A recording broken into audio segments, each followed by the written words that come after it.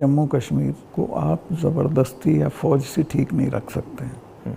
वहाँ के लोगों को जीत के आप कुछ भी कर क्या सकते रहा है उसके बारे में, पुलवामा के बारे में? पुलवामा के बारे में मैं ये तो नहीं कहता इन्होंने कराया, बट पुलवामा में इन्होंने उसको इग्नोर किया और पॉलिटिकल इस्तेमाल किया अपने लिए, क्योंकि उसमें इनकी स्पीचेस हैं जिसमें ये कहता है कि जब वोट देने जाओ तो पुलवामा की शहादत। मैंने 3-4 बार कोशिश की, मिला ही नहीं मुझको। 5 या 6 बजे इसका फ़ोन आया, हाँ सतपाल भाई क्या हुआ? मैं कहा हमारे इतने लोग मर गए हैं और हमारी गलती से मरे हैं। तो बोला नहीं नहीं चुप रहना, अभी कुछ नहीं बोलना इस पर। खेती को ख़त्म करेंगे, फौज ख़त्म करी दी इससे इलाके। अग्निवीर में कौन इतने से अरसे के लिए अपनी जान देगा? तो आप कब से हैं राजनीति में? मैं राजनीति में स्टूडेंट लाइफ से हूँ, क्योंकि मैं अपनी यूनिवर्सिटी में प्रेसिडेंट था ट्वाइस। और जिस साल मैं यूनिवर्सिटी छोड़ रहा था तभी मुझे चरण सिंह जी ने बुलाया, और चरण सिंह जी के तब 30 MLA छोड़ गए थे। किस साल की बात है? ये दैट इज़ 1973। तो उन्होंने कहा सतपाल देखो बेईमान, मैंने पार्टी बनाई थी किसानों की, मुझे छोड़ दिया। मेरा हाथ पकड़ के उन्होंने बड़ा इमोशनल होकर कहा कि तुम इस पार्टी को संभालो, किसानों की पार्टी है, और किसी से बात मत करो। अभी जाके मेरी मीटिंग है शाम को 5 बजे जिम खाना में, उससे पहले अनाउंस कर दो तुम मेरे साथ हो, और किसी से मत मशवरा। जैसे उन्होंने कहा था वैसे ही किया, और नेक्स्ट डे आ गया कि मैं उनके साथ हूँ। उन्होंने सारी पार्टी मुझे सौंप दी, जनरल सेक्रेटरी बना दिया।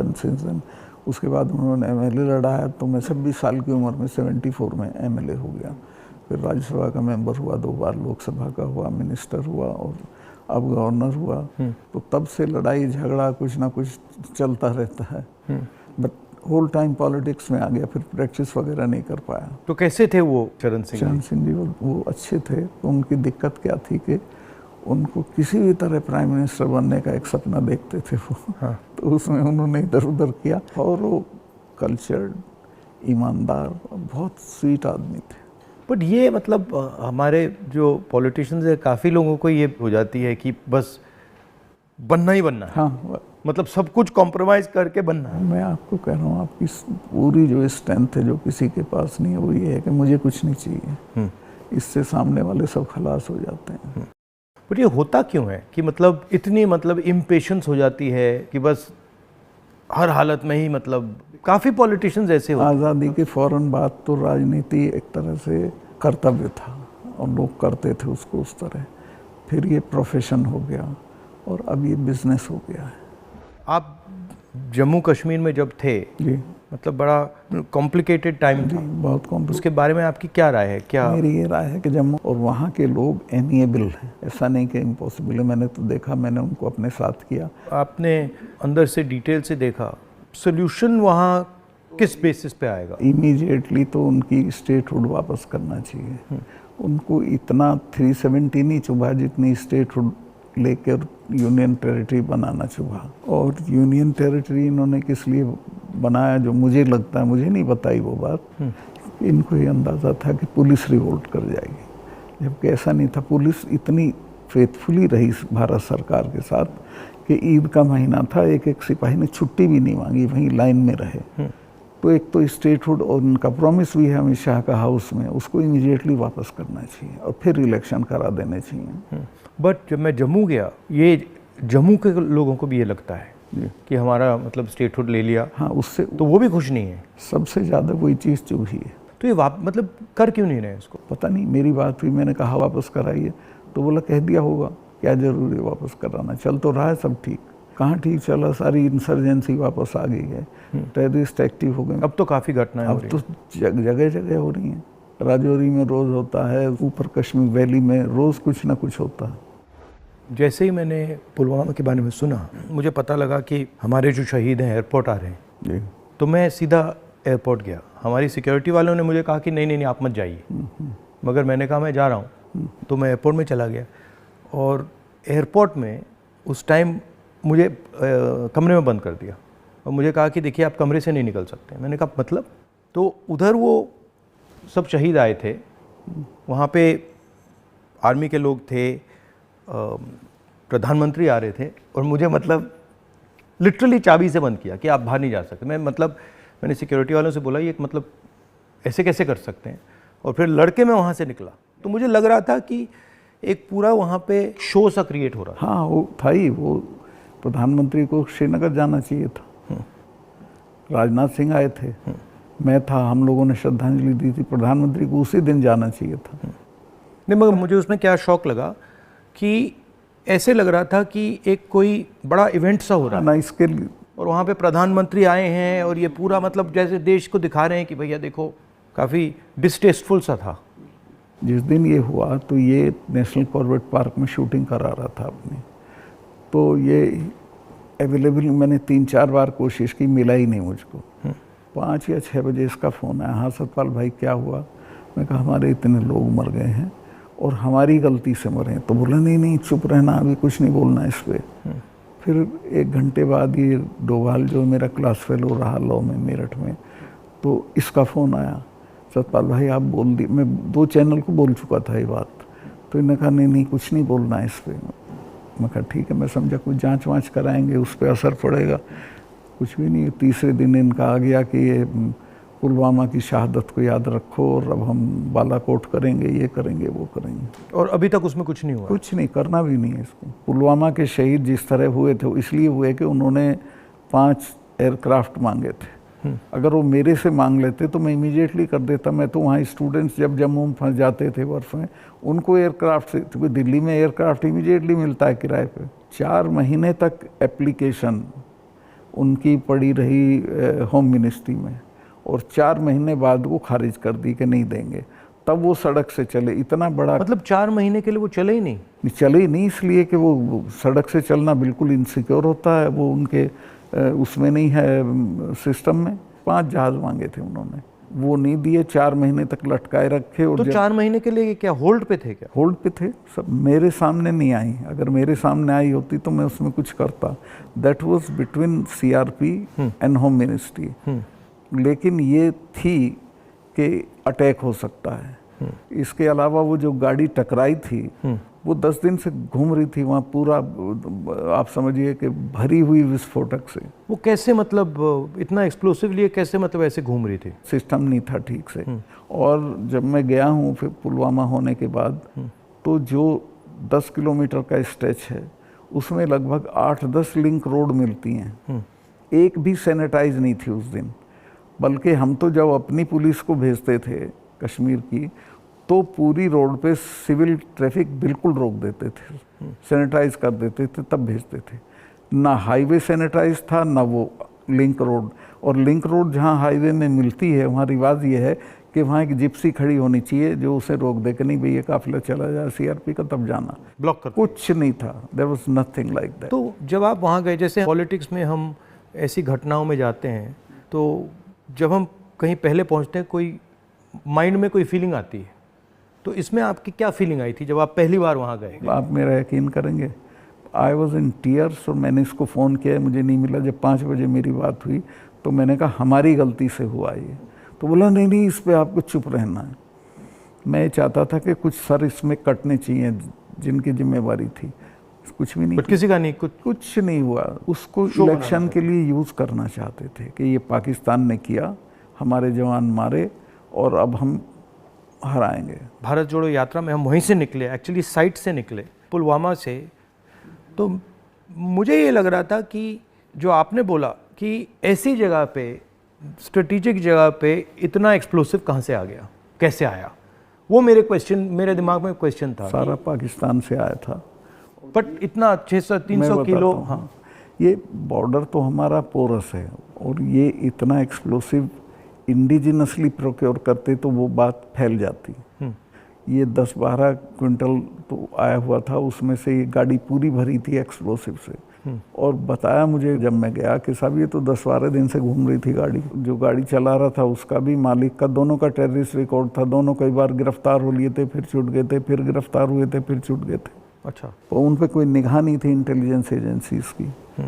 यहाँ मीडिया में, मतलब मैं देख रहा था, यहाँ पे इतना बड़ा कास्ट सेंसस का मुद्दा है, बट अब आजकल बस इजराइल। कास्ट सेंसस को नहीं दिखा। मतलब जो, चाहे वो अदानी हो, चाहे वो कास्ट सेंसस हो, जो ज़रूरी बातें हैं उसका कुछ नहीं होगा, मगर इजराइल हो, बॉलीवुड हो, क्रिकेट हो, उस पर चलते जाएंगे। अदानी तो आपने इसकी चिपका दिया, वो तो छूटेगा नहीं। गांव-गांव चला गया अदानी का। और लोग ये कहते हैं अदानी के यहाँ इसी का रुपया है। हाँ, वो 20,000 का आपने उठाया था, 20,000 का इतना बड़ा इन्वेस्टमेंट कहाँ से आएगा? कल ही एक स्टोरी आई है कि ये कोयले के प्राइस इन्फ्लेट कर रहा है। वहाँ से इंडोनेशिया से कोयला नाव में जाता है और यहाँ पहुँचते उसकी प्राइस इन्फ्लेट हो जाती है और फिर लोगों को बिजली के लिए ज़्यादा रेट देना पड़ता है, मगर वो भी मीडिया ने कहीं नहीं उठाया। मुझे खबर ये दी गई कि जिस दिन मैं ये करण थापर का इंटरव्यू किया, इन्होंने बुला के सब चैनल्स को कहा कि खबरदार कोई रिपोर्टिंग नहीं होगी, और अतीक अहमद का केस हो गया और उसको 10 दिन तक हेडलाइन। जब मैंने वो देखा, मैंने अपनी बहन से कहा कि ये जो आपने पुलवामा की बात की है, इसके कारण ये किया गया है, हाँ, टोटल डिस्ट्रैक्ट करने के लिए। मैंने नोटिस किया जब आपने पुलवामा की बात की तो ये सब डर गए थे। लेकिन अतीक अहमद बात समझ आई कि कितना भी मीडिया पे कंट्रोल हो, अगर आदमी डायरेक्ट जनता के पास जाता है, हाँ, तो फिर कोई नहीं, तो नहीं चलता। जनता ओनली आंसर है, जनता के पास जाना। और अगर आप जनता के पास जाते हैं तो बहुत जल्दी जनता को बात समझ आ जाती है, वो टाइम नहीं लगता। नहीं, जनता तो अवेयर है देश में, ऐसा नहीं उन्हें मालूम नहीं है, बट उन पे कोई प्लेटफॉर्म नहीं है, कहाँ कहें, किसको कहें। उनके रिप्रेजेंटेटिव भी ऐसे ही गए गुजरे हैं सब। पहले मैंने पार्लियामेंट में स्पीच दी कास्ट सेंसस के बारे में। जब मैं इसकी रिसर्च कर रहा था, मैंने देखा कि हमारे सब इंस्टीट्यूशंस में, चाहे वो मीडिया हो, ब्यूरोक्रेसी हो, जो ओबीसी वर्ग है, जो दलित वर्ग है, जो ट्राइबल वर्ग है, उनका कोई रिप्रेजेंटेशन नहीं है। मतलब आप बिलीव नहीं कर सकते, मीडिया में चाहे आप सबसे बड़े मीडिया हाउसेस देख लीजिए या सारे जो एंकर्स हैं, सारे रिपोर्टर्स देख लीजिए, इसमें एक ओबीसी नहीं है, एक दलित नहीं है, एक ट्राइबल नहीं है। इसके बारे में आपकी क्या राय है? नहीं, मैं तो चूँकि लोहियाइट रहा हूँ, तो लोहिया ने एक बार कहा था कि मुझे कमेटी बनानी थी गोवा की आज़ादी की, तो मैं जब भी कमेटी बनाऊँ उसमें 48% अपर कास्ट आ जाते थे, नाम मांगूँ तो भी वही आते थे। तो ये सिस्टम बन गया है यहाँ का। इसको चेंज करने का आपकी राय क्या है? एक तो इसको कंपलसरी करना पड़ेगा, भाई इतने % हो, जैसे नौकरियों में हो गया उस तरह से।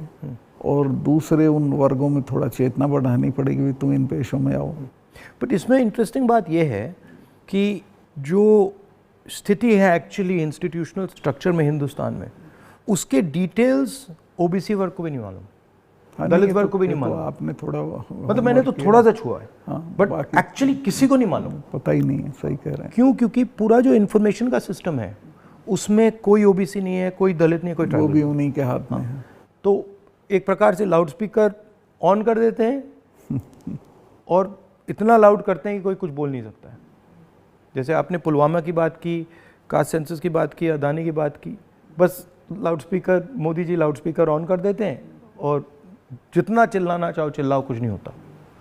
कुछ दिन पहले मैं दिल्ली में 3-4 घंटे बढ़इयों के साथ काम किया, तो वो मुझे बता रहे थे कि हम सोफ़ा बनाते हैं, चेयर बनाते हैं, टेबल बनाते हैं, मगर जिस शोरूम में वो बिकता है उसमें हम जा नहीं सकते। मतलब काम हमारा, मेहनत हमारी, मगर फल हमारा नहीं। और कितना गुना एनहांस करके पैसा लेते हैं उसका।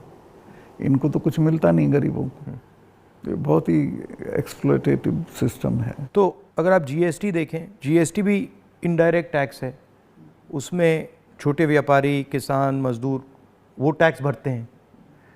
डिमोनेटाइजेशन भी उनके खिलाफ हथियार था। किसान आंदोलन में तो आपने काफ़ी कमेंट किया है, वो भी मतलब उनके घर में से पैसे निकालने का तरीका था। नहीं, वो तो इनका मैं बताता हूँ, अगर आप नहीं हटाओगे इस बार तो खेती को तो ये पूरी तरह खत्म, मतलब किसान छोड़ के भाग जाएगा और ये कॉरपोरेट को दे देंगे। इनका ये इरादा है। मैं तो खेती करता था। मेरे गांव में पूरी यूपी की सबसे बड़ी काश्त थी। एक हमारे चाचा थे, उनके पास 2500 बीघा ज़मीन थी। और आज मैं जाता हूँ तो सब के लड़के शहर में आ गए हैं, क्योंकि एजुकेशन नहीं है, हेल्थ सर्विसेज नहीं है और सिक्योरिटी नहीं है, तो वो बटाईदार को देके वो धीरे धीरे ख़त्म हो जाएगी खेती। खेती को ख़त्म करेंगे, फौज ख़त्म करी दी से ये ला के अग्निवीर में कौन इतने से अरसे के लिए अपनी जान देगा। तो ये शने शने सब लोगों को, ये हर इंस्टीट्यूशन को पकड़ के ख़त्म कर देते हैं। इनकी मतलब इमीडिएटली ये, चाहे वो सेना हो, सरकार हो, ब्यूरोक्रेसी हो, इलेक्शन कमीशन, जैसे इनके हाथ पड़ता है वो अपने लोगों को बैठा के कुछ ना कुछ उल्टा। और मैं आप एक स्टडी करा लीजिए, सेंट्रल यूनिवर्सिटी के जो वाइस चांसलर्स हैं पिछले 1 साल में लगे हैं, वो 100% वो हैं जिनके संघ से कनेक्शन थे।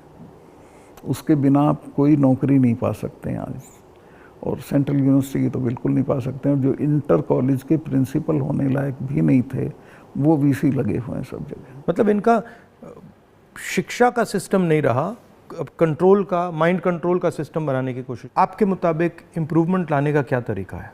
देखिए, सबसे बेसिक सवाल है कि किसान को उसकी फसल का दाम सही नहीं मिलता है और उसके चलते वो हर साल गरीब होता जाता है। जो एक फसल का दाम पिछले साल था, खाद का और बाकी चीज़ों का जो दाम था, उसकी तुलना में इस साल में और फ़र्क हो जाता है, तो उसकी परचेजिंग पावर हर साल कम होती चली जाती है और उसे पता नहीं चलता। ही डजंट नो कि मैं गरीब हो रहा हूँ, लेकिन वो गरीब हो जाता है क्योंकि उसके जितना 1 मन गेहूँ में पिछले साल खाद खरीद सकता था, इस साल नहीं खरीद सकता, इस साल ज़्यादा गेहूं देना पड़ेगा। तो वो जो उसकी परचेजिंग पावर कम होती है उसको एहसास ही नहीं है, पता भी नहीं चलता है। तो वो तो मैंने देखा, जब पब्लिक मीटिंग्स में बताते तो कहते हैं हमें तो पता ही नहीं था ये। मैं कहा भाई तुम्हें पता ही नहीं, तुम गरीब हो रहे हो। तो उन्हें सुन के बुरा लगता है। फिर मैं समझाता हूँ, बताओ पिछले साल इतने गन्ने में कितना सामान खरीदते थे, इस साल कितना खरीदते हो। तो सबसे पहले है कि जो पैरिटी ये है एमएसपी, इसको लागू करना चाहिए। एमएसपी में ये नहीं कि सरकार सारी फसलों का एमएसपी दे, लेकिन एमएसपी करने से बाज़ार गिरेगा नहीं। और एमएसपी है इसलिए कि बाज़ार एक ख़ास जो आपने दाम तय किया उससे नीचे गिरेगा तो सरकार इंटरवीन करेगी। और ये पंडित जी के ज़माने से जो नागपुर सम्मेलन में जवाहरलाल जी ने कराया था ये कि हम इंटरवीन करेंगे और ख़रीद लेंगे। तो एमएसपी का लागू होना बहुत ज़रूरी है। और एमएसपी पे इन्होंने किसानों से धोखा किया। जब किसान कानून वापस लिए तो कहा था हम एमएसपी करेंगे, और आज तक नहीं किया। वो क्यों नहीं किया? क्योंकि अडानी ने बड़े बड़े गोदाम बना दिए, फसलें एक दाम पे खरीद ली, अगले साल उनके दाम बढ़ जाएंगे, वो बेचेगा। एमएसपी होगा तो किसान इनको सस्ते दाम पे नहीं देगा। तो एमएसपी का होना सबसे ज़्यादा ज़रूरी है। फिर जो उसके लिए आप खाद, बिजली, पानी जो भी सरकार देती है उसके दामों पे कंट्रोल करना पड़ेगा, वो बेतहाशा ना हो, ताकि वो जो मैंने बताया जो फ़र्क रहता है खरीद बेच का वो ना हो। जो आप कह रहे थे, ये जो अदानी जी हैं, इन्होंने पूरा जो स्टोरेज का इंफ्रास्ट्रक्चर है अपने हाथों में ले लिया है। इसका इफ़ेक्ट मैंने जम्मू कश्मीर में देखा, इसका इफ़ेक्ट हिमाचल में दिखता है, अलग अलग स्टेट्स में, हरियाणा, पंजाब में। हरियाणा में तो पानीपत में बड़े बड़े गोदाम बना दिए। तो पूरा मतलब इस जो स्टोरेज का इंफ्रास्ट्रक्चर ये कैप्चर कर लिया है। तो फिर जब भी ये प्राइसेस को मतलब ऊपर नीचे फाइन ट्यून करना चाहते हैं, कर देते हैं, तो ये किसानों को मतलब नुकसान, डायरेक्ट नुकसान पहुंचाते हैं। जब तक इनके खिलाफ हल्ला बोल नहीं होगा तब तक सुधरेंगे नहीं, या फिर सरकार बदल जाए। अभी तो इन्हें टोटल प्रोटेक्शन है।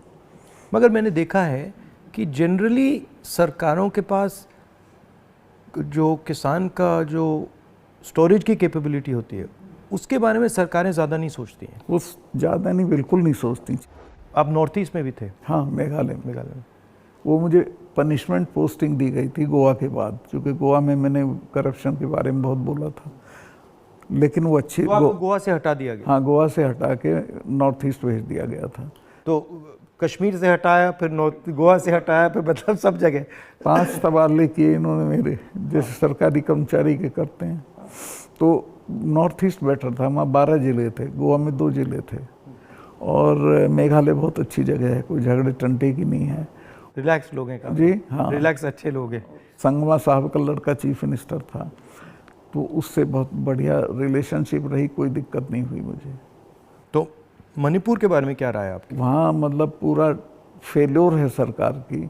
चीफ मिनिस्टर जा नहीं सकता, कुछ कर नहीं सकता, लेकिन उसको अभी तक हटा नहीं रहे हैं। ये जम्मू एंड कश्मीर का भी ऐसे ही प्रयोग करते हैं, पंजाब का भी ऐसे ही प्रयोग करते हैं, मणिपुर का भी ऐसे ही प्रयोग करते हैं।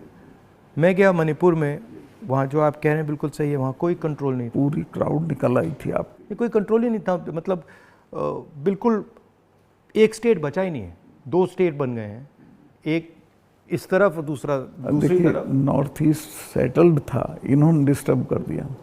सब जगह ये कुछ ना कुछ मतलब अपना करते रहते हैं। और 6 महीने की बात है, मैं लिख के दे रहा हूँ, बिल्कुल नहीं आएंगे पावर में। नहीं, एक्चुअली अगर ज़मीन पे जाएं तो बहुत नफरत है लोगों को, बहुत शदीद, पूछिए मत आप। मुझे लगता है कि हिंदुस्तान की राजनीति में आज 2 विचारधाराओं की लड़ाई है, एक आरएसएस गांधी वाली, एक आरएसएस और एक गांधी वाली, और दोनों एक प्रकार से हिंदुइज्म के एक्सप्रेशन हैं। दोनों एक विजन है हिंदुइज्म का, एक अहिंसा का, एक भाईचारे का, और दूसरा जो आरएसएस का, जिसको मैं डिस्टॉर्टेड विजन कहता हूँ, वो नफ़रत का, हिंसा का। तो इस फाइट के बारे में आप क्या सोचते हैं? मेरा यही सोचना है कि हिंदुस्तान कंट्री के तौर पे तभी सरवाइव करेगा जब वो लिबरल हिंदुइज्म के रास्ते पे चलेगा, जो गांधी का विजन है। गांधी ने ऐसे ही नहीं कहा था, गांधी ने इस देश को जितना समझा था किसी ने नहीं समझा था। वो गांव-गांव गए थे, जगह जगह गए थे, और वो इस नतीजे पे पहुँचे थे कि नहीं, बाकी बातें बेकार हैं, ये ठीक है रास्ता। तो हिंदू का जो लिबरल हिंदू थॉट है वही रहेगा तो देश सरवाइव करेगा, वो टुकड़े टुकड़े हो जाएगा अदरवाइज। और ये कोई राजनीतिक बात नहीं है, मुल्क के अस्तित्व के लिए ज़रूरी है कि हम मिलजुल के रहें, एक दूसरे के साथ रहें, झगड़ा ना करें।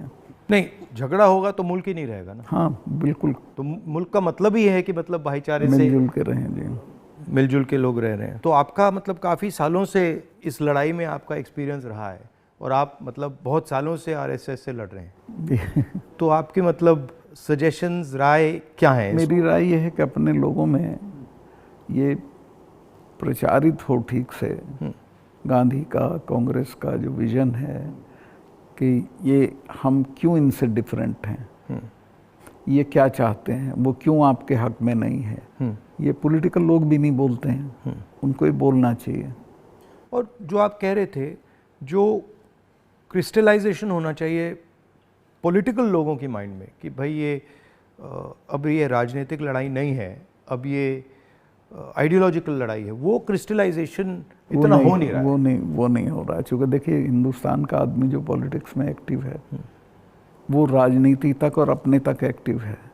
वो एक तो पहले तो देश के बारे में उस तरह नहीं सोचता जैसे सोचना चाहिए, और वो जो ब्रॉडर इश्यूज़ हैं उन पे राय नहीं बनाता है, राय जाहिर नहीं करता है, उस पर खड़ा नहीं होता है। तो वो हम पॉलिटिकल लोगों को करना पड़ेगा।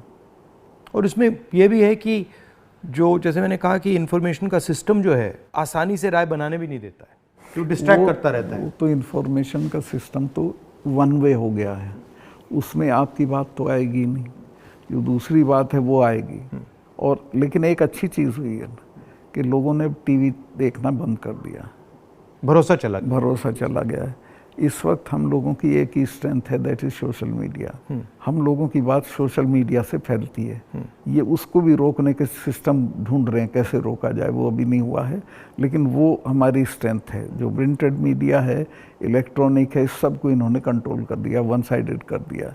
लेकिन अच्छी बात यह कि लोग भी उसको समझ गए हैं, तो इनकी बात को यकीन नहीं करते, वो कहते नहीं ये तो गड़बड़ है। आपने कहा कि सोशल मीडिया में मतलब हमारा थोड़ा सा असर है, बट मेरे अकाउंट्स को तो पूरा सप्रेस किया जाता है, जैसे चाहे वो मेरी यूट्यूब हो, फेसबुक हो। नहीं, आपके होगा, पर आपके समर्थन में जो लोग करते हैं वो उसे नहीं रोक सकते। मगर जो वही है आपकी स्ट्रेंथ। जो सेंट्रल मेरा अकाउंट है उसको तो पक्का रोकते, मेरा यूट्यूब अकाउंट को तो पूरा दबा रखते। मेरा भी कुछ नहीं है, कहीं कुछ नहीं आता है, लेकिन जो हम लोगों के पक्ष में बात बोलते हैं वो फैलती है।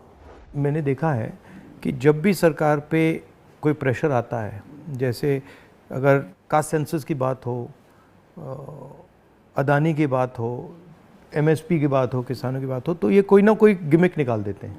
और अभी मैंने देखा कि जब मैंने पार्लियामेंट में अदानी की स्पीच दी तो सबसे पहले टीवी ऑफ कर दिया, उसके बाद मुझे पार्लियामेंट से निकाल दिया, और फिर स्पेशल सेशन की बात हुई, उसके बाद स्पेशल सेशन के अंदर भारत या इंडिया का डिस्कशन की बात हुई, और फिर एंड में विमेंस बिल की बात हुई, और विमेंस बिल भी वैसा कि वो 10 साल में आएगा, आज नहीं आएगा ही नहीं कभी। तो ये इनका ये तरीका जो है, चाहे वो पुलवामा हो, विमेंस बिल हो, डिस्ट्रैक्ट करने का इनका बहुत इफेक्टिव तरीका है। देखिए 2-3 चीज़ें हैं प्रधानमंत्री की।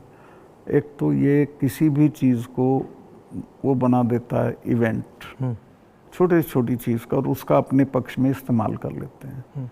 वीमेंस बिल का भी इसने यही किया, औरतों को कुछ मिल नहीं रहा है और एहसास ये करा दिया, पता नहीं कितना बड़ा काम कर दिया। हाँ, हाँ।